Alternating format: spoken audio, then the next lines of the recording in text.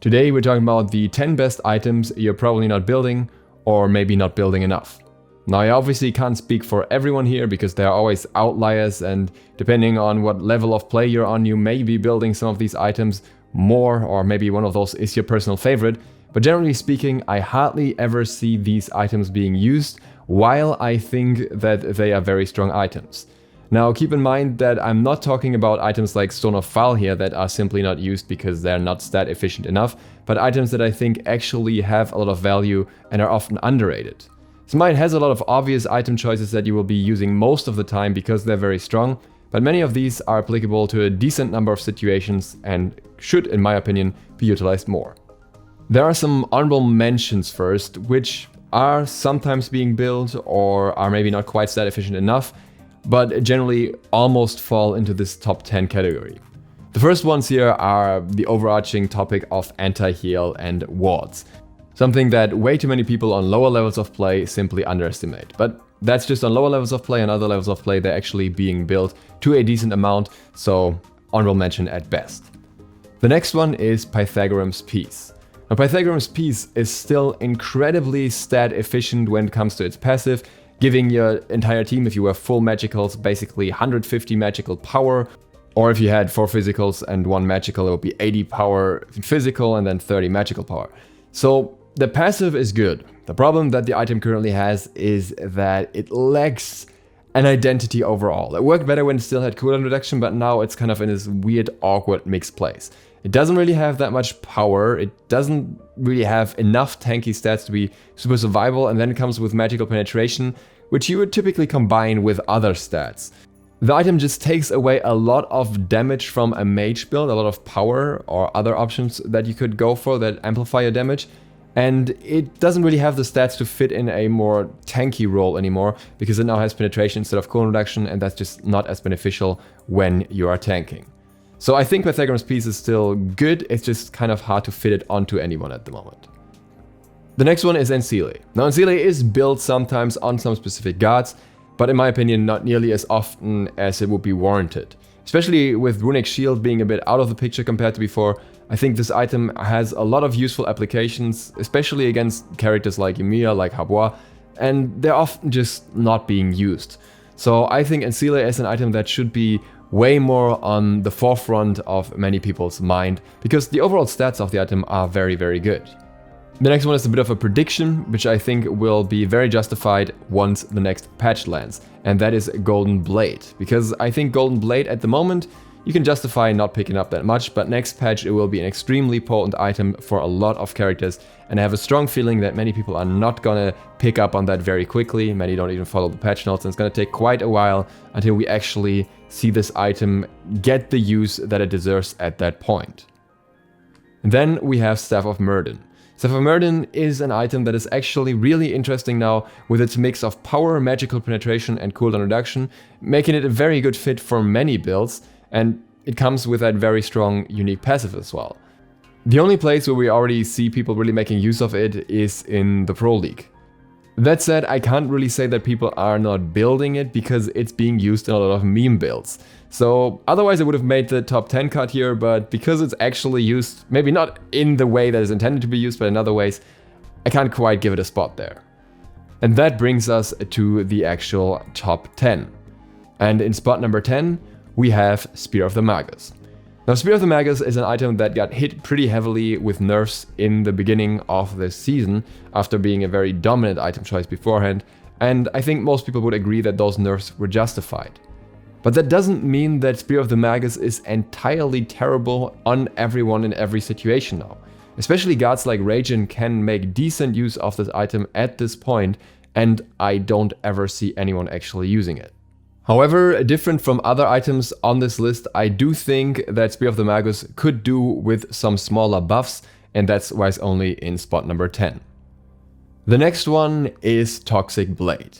Yes, I already mentioned anti-heal items, but I think this one is the one that stands out a little bit as being significantly underused in many situations. Toxic Blade is actually very strong stat-wise. For only 2,200 gold, you get 15 flat penetration, which is definitely a lot. You get 30% attack speed, also a lot. And you get 10% movement speed, soon to be 7% because it was too strong, which are all great stats for any basic attacking guard really. Then along with that you get 100 health, meaning it's a little bit useful for warriors as well, who also benefit from the extra movement speed of course. And then you get the healing reduction in 2 hits, which lasts 8 seconds, up to 40%. Not very hard to stack if your character is using some degree of basic attacks. And obviously if your major damage output is from abilities, then Brawler's Beatstick is probably the better choice. But there are a lot of guards in solo, in jungle and in ADC that can make good use of Toxic Blade.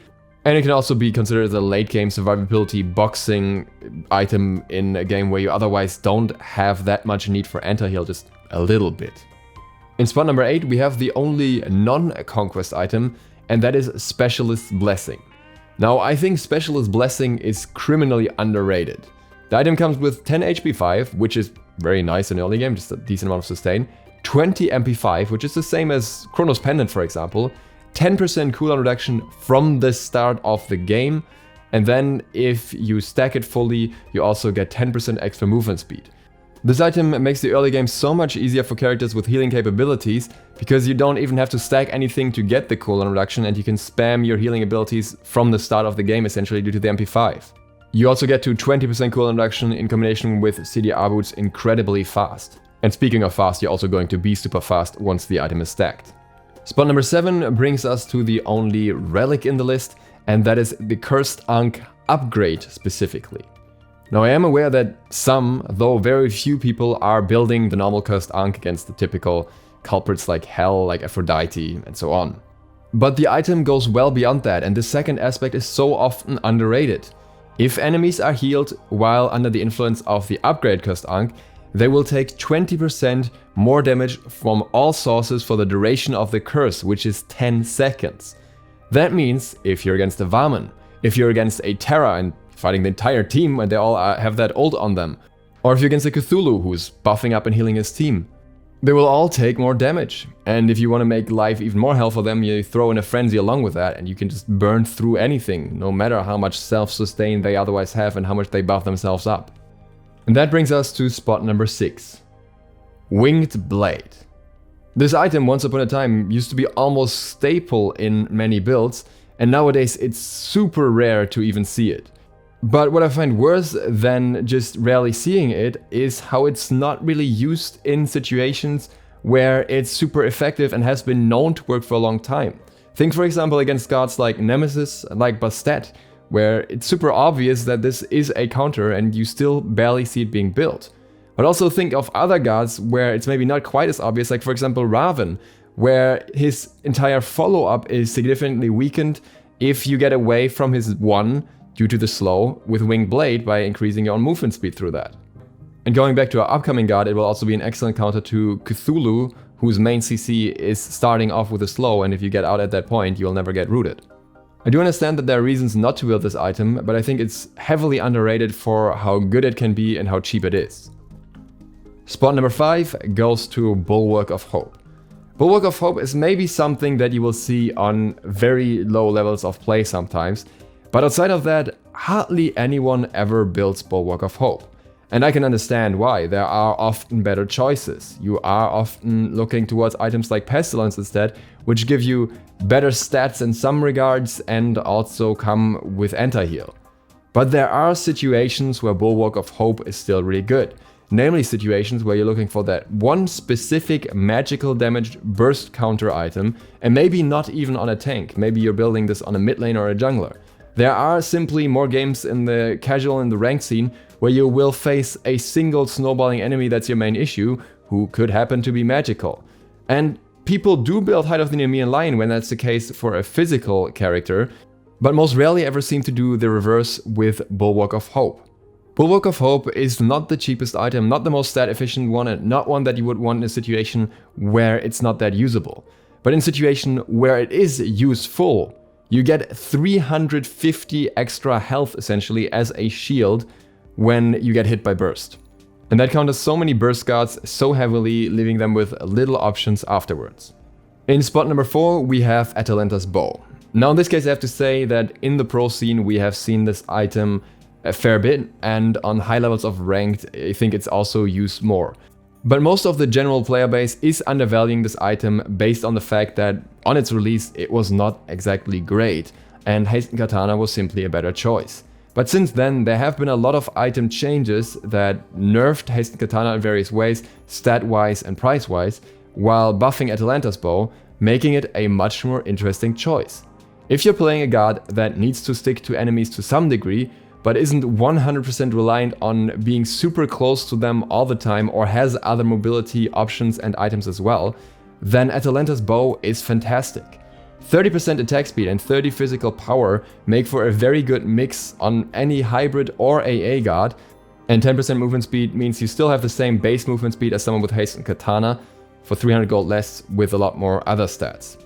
The additional movement speed that you get from the passive is not the same as Hastened Katana, but it's still very, very good, and many enemies simply don't have the mobility to get away from you that easily anyways. Characters like Varman aren't really dependent on Hastened Katana anymore and can often make more use of items like Atalanta's bow.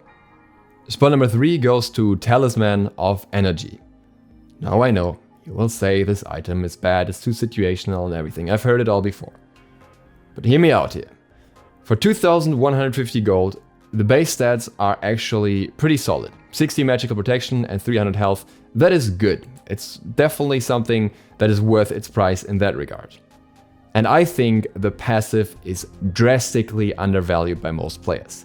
Yes, it is situational, yes, it doesn't always happen, and yes, it is somewhat unfortunate that you only get one stack for a god as well, making it relatively dependent on minions. But in most situations you will have some minions around in a fight sooner or later, and sometimes you can even control that, and outside of that, sooner or later in a fight some kills are likely going to happen, and then this item will ramp up and you will snowball through the rest of the team. 2% movement speed per stack, 2% attack speed, and 10 MP5, and that's stacking up to 6 times. That's crazy. You have mobility to chase or to avoid enemies, you have attack speed for any god that benefits from that in any way, and you have the MP5, meaning that your team is less likely to run out of mana during a fight, allowing them to spam more abilities as well and secure kills that may otherwise not have happened, because we're talking up to 60 MP5 here. I'd honestly bet that most Smite players don't even know all the passive effects this item has because they've so rarely used it. And consider how much your team would normally have to pay just to get a similar movement speed value across the entire team. That's massive value. If you combine that with Cthulhu's ability that he has in his ultimate, then you can get 32% extra movement speed with this. How crazy is that? And all of that can happen off of clearing a wave at the edge of a Phoenix, which a mage in late game can basically do instantly. Especially characters that are limited in their mobility during the ult by the ult itself, like Raijin, like again Cthulhu, like Varman, like Baba Yaga can all make good use of the extra movement speed through this as well. So there are so many great applications if it fits into your team somehow. Spot number 2 goes to Stone of Gaia. If you're watching the Pro League, again, this may be an item that you're already building, that you are using, but I know that a lot of people are not and are still heavily undervaluing the effect that this item has. It's not necessarily even about the part of the passive regarding knockups, knockbacks, pulls and grabs, even though most of those will be found to some degree on an enemy team and usually get the effect one way or another. But the general sustain that you get from this item, which means that every late game engage that doesn't go favorable immediately can be turned around better, that every lasting siege either at a Phoenix or an objective can go better for your team because you have this extra sustain, and it takes away a lot of reliance on other ways of healing.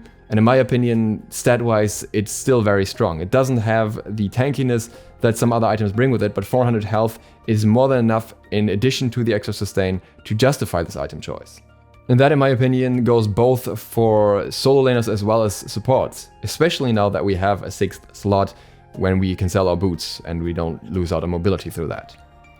And our winner here in spot number 1 is the item that inspired this entire video. The item that is so good that makes me want to pull my hair out that people are not building it nearly as much as would deserve, and that is Caduceus Shield.